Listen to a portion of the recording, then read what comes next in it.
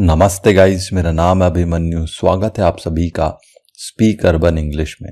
दोस्तों, लाइफ में हमें बहुत बार इन तरीकों के वाक्यों का इस्तेमाल करना पड़ता है। जैसा कि अगर मैं कहूँ, अगर ऐसा है तो यहाँ आओ, अगर ऐसा है तो वहाँ चलो, अगर ऐसा है तो मैं नहीं आऊँगा, अगर ऐसा है तो, अगर ऐसा है तो।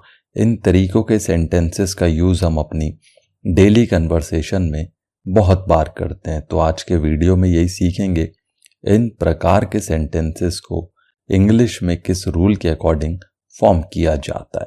तो आइए दोस्तों, रूल देखते हैं। रूल होता है, सबसे पहले आता है आपका इफ दैट्स द केस।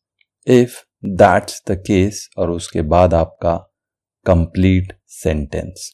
एक चीज ध्यान रखिएगा दोस्तों, if that's the case, case के बाद एक कॉमा लगाना है। एग्जाम्पल से बेहतर समझते हैं। देखिए, पहला है आपका, अगर ऐसा है तो मैं उसे नहीं बताऊंगा।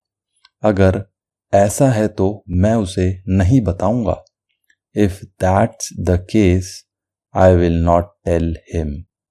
If that's the case I will not tell him. अगर ऐसा है तो मैं नहीं आऊंगा। अगर ऐसा है तो मैं नहीं आऊंगा। If that's the case I will not come. If that's the case I will not come. अगर ऐसा है तो हम काम नहीं करेंगे। अगर ऐसा है तो हम काम नहीं करेंगे। If that's the case we will not work. If that's the case we will not work. अगर ऐसा है तो वो नहीं खेलेगा।